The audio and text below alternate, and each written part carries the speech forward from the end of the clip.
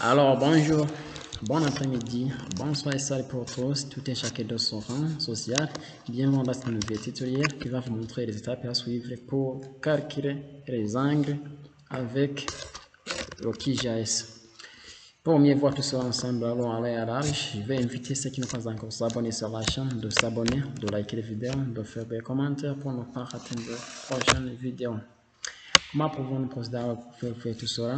Je vais vous rendre automatiquement dans votre application de logiciel de traitement des données QGIS. Vous voyez ici que j'ai déjà un polygone, j'ai déjà un dépôt GPS que j'ai importé dans QGIS pour voir tout ce que je viens de faire ou bien ce que j'ai réalisé à rapport avec ça. Vous pouvez vous rendre dans de précédentes vidéos pour voir comment j'ai fait pour importer ces coordonnées et pour faire cette polygonation de Socha.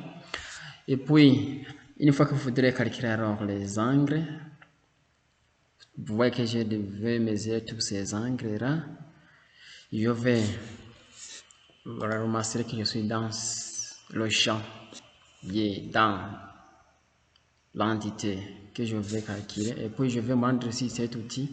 Vous voyez là où il y a outil de mesure ici. Je vais cliquer sur cet outil. Et puis, je vais cliquer sur angle. Vous voyez que le curseur se change automatiquement sous le format en forme de prise. Et puis pour mesurer un angle, je vais cliquer ici entre deux angles.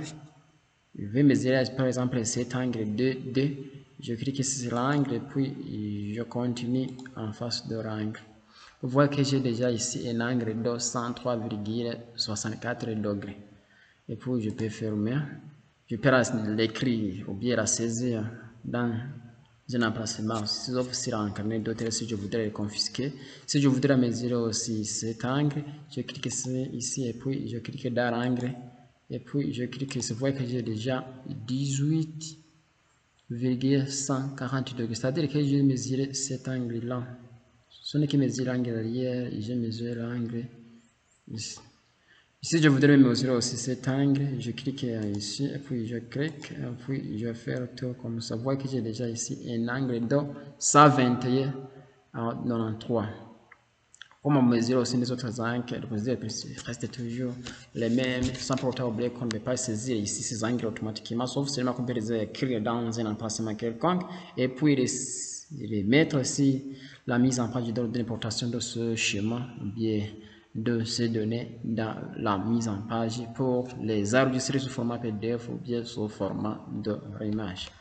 Je vous remercie pour votre écoute attentif, suivi, abonnement, j'aime, merci, commentaires et pour les prochaines vidéos aussi, je vais vous montrer à réaliser les procédures à suivre pour faire la calcul de surface automatique.